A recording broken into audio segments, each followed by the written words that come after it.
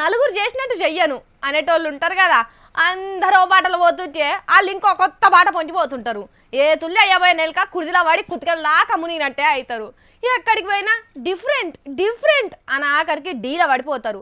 అగో గీ ముచ్చర కూడా గసవదేనులా చూడుండ్రి. అగ్గో ఇదేదో పరీక్ష పేపర్ చూపెడుతున్నారు, ఎవరైనా డిఫరెంట్ గా లీక్ చేసిర్రు అయ్యింది అని అనుకోకుర్రి. ఈ పేపర్ నే డిఫరెంట్ గా తయారు చేసిర్రు. పరీక్షలు రాసే పిల్లగాళ్లను తప్పుదో పట్టించే తానికి ఓ పంతులు పడ్డ డిఫరెంట్ ఆలోచన. ఈ ఆలోచనే నౌకర్లకెళ్ళి తీసేసింది. ఇంతకు ఈ కాగితంలో ఏమున్నది అంతగనం అంటే, రైతు నేస్తం ఎవ్వలు అనే ప్రశ్నకు అప్పుడప్పుడు ఏడ్చే కర్ణాటక సీఎం కుమారస్వామి సారు పేరు, ప్రతిపక్ష పార్టీ నాయకుడు యడ్యూరప్ప సారు పేరు రాసిండాట. పిల్లలంతా కరెక్ట్ సమాధానం వానపామని రాసిర్రాట గాని పేపర్ ఇట్లా తయారు చేసిన పంతులు ఉద్యోగమే ఊడిందాట. అంటే కొండ నాలికకు మందు పెడితే ఉన్న నాలికే ఊసేటట్టు అయింది. మరి కాదా?